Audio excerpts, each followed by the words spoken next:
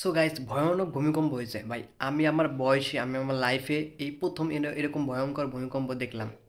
Guys, আমি এখানে বসেছিলাম, এমন ভূমিকম্প হয়েছে আমি এখানটা পড়ে গেছি, সরাসরি এখানে পড়ে গেছি। তাহলে বুঝুন, এখান থেকে আমি খাটের উপর বসে রয়েছি, এখান থেকে আমি পড়ে গেছি নিচে। আমি এরকম ভূমিকম্প ভাই আমি ফার্স্ট এই প্রথম দেখলাম আমি আমার লাইফে।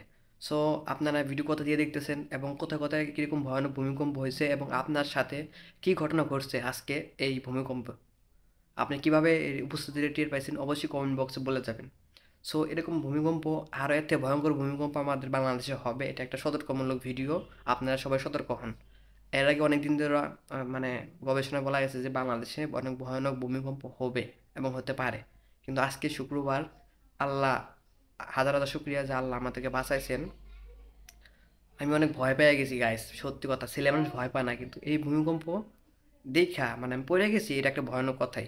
আমি অনেক ভয় পাইছি। 5.5 মাত্রা ভূমিকম্পর উৎপাদন হয়েছে এটা।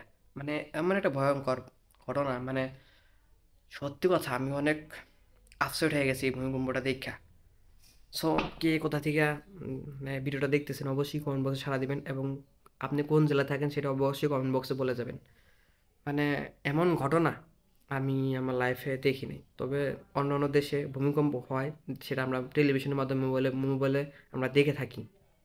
কিন্তু আজকে ঘটনাটা যে ঘটলো শুক্রবার, তো আল্লাহ তাআলা বলছেন যে শুক্রবার দিন আমি এই দুনিয়াটাকে ধ্বংস করে ফেলাবো।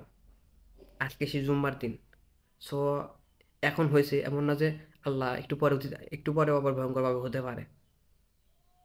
কারণ মানুষের কোনো গ্যারান্টি নেই। আল্লাহ পৃথিবী দুনিয়া কখন গায়েব করবে এটার কোনো নির্দিষ্ট সময় নেই বা এটার কোনো গ্যারান্টি নাই। সো ভাই, সবাই ভালো থাকবেন।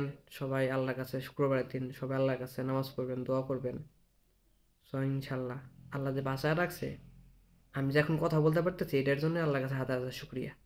কারণ এতক্ষণে তো হতে পারতো যে আমি দুনিয়াটা ধ্বংসের মুখে চলে যেত, পৃথিবীটা ধ্বংসের মধ্যে পড়ে যেত এখন। সত্যি অনেক ভয়ঙ্কর। সো জানি না কোথায় মানে কোন জেলায় বা কোন স্থানে ক্ষয়ক্ষতি হয়েছে অতটা জানি না।